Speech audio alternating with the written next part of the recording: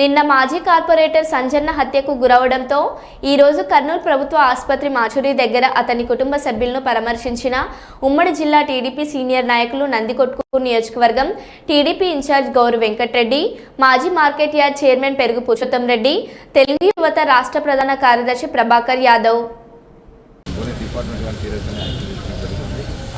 కుటుంబానికి న్యాయం చేసే విధంగా అన్ని రకాల పార్టీలు మేమందరూ కూడా ఆ కుటుంబానికి అండగా ఉంటామని చెప్తారు. అంటే గతంలో షరీఫ్ నగర్ అనేది ఏరియా అంతా కూడా రౌడీ చీట్లకు కొంత ఇష్యూ ఉండే ఏరియా, పోలీసుల వైఫల్యం వల్ల ఎలా జరిగిందంట? అట్లనే కాదు, చాలా వరకు రౌడీ చీట్లను ప్రతి ఆదివారం కూడా పోలీస్ స్టేషన్ తీసుకు వాళ్ళకి అన్ని రకాల కౌన్సిలింగ్ ఇవ్వడం జరుగుతుంది.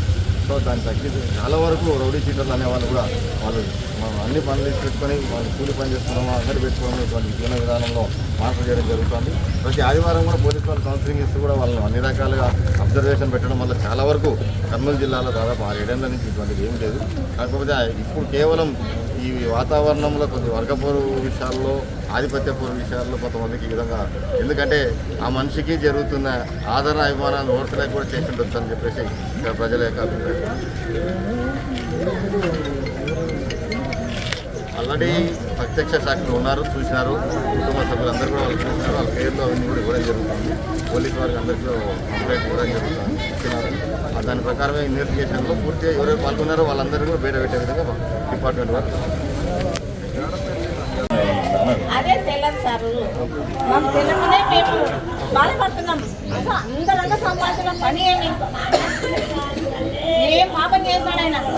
సెల్ఫినార్లో మంచిగా చేసినందుక ఇంటింటికి చిన్న పిల్లగా నుంచి పెద్ద పిల్ల వరకు చేసినందుకు అట్లా చేసినారు.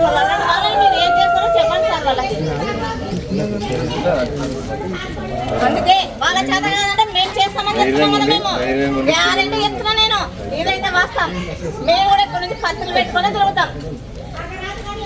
నా 3:30 మా 4:30కే చూపిస్తాను నేనైతే. ఉన్న వాళ్ళం అందరం పోయినాము మా ఫ్యామిలీ కాడికి. పోయింటే ఇంకా మమ్మల్ని చూసి మా పిల్లలు ముద్దరు పోయినారు అనమాట. చిన్నోడు నడుకోడు పోయింటే వాడిని పత్తిసుకున్నాడంట. మా చేతుల్లో ఏంటి లేవు, మేము రవిలం కదా కత్తులు గొడ్డేళ్ళు కట్టుకున్నట్లే. 1% పోయినా వాడు ఉరికినాడంట పెద్దోడు. మళ్ళీ నడుపుకొని కాడిపోయినాడంట. నడుపుకొని కాడిపోయినా వాడు ఉరికినాడంట. అయితే మా చేతుల్లో ఏం లేవు సార్.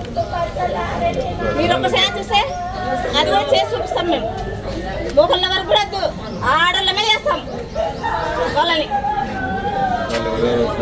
వాళ్ళ మొత్తం ఫ్యామిలీ, వాళ్ళ ముగ్గురు కొడుకులు, పెళ్ళ మొగుడు, కొత్త వాళ్ళు ఉన్నారంట సార్. మేమైతే వాళ్ళందరూ పరారైతున్నారు. మొత్తము 20 మంది అన్నారు. రౌండ్ చేసినారంట 20 మంది. 20 మందిని ఎవ్వరు రానియకుండా రౌండ్ చేసినారంట.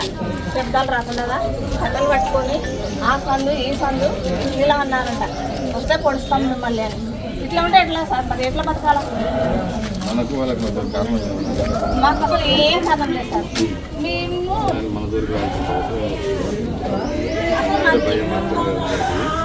ఆయన అంటే కొన్ని ఏళ్ళ నుంచి అమ్మకృష్ణ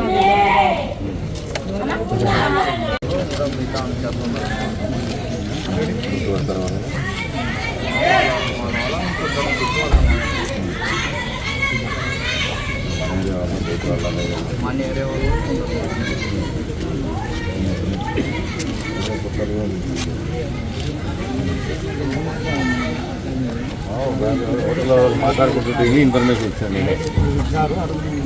10 రోజులు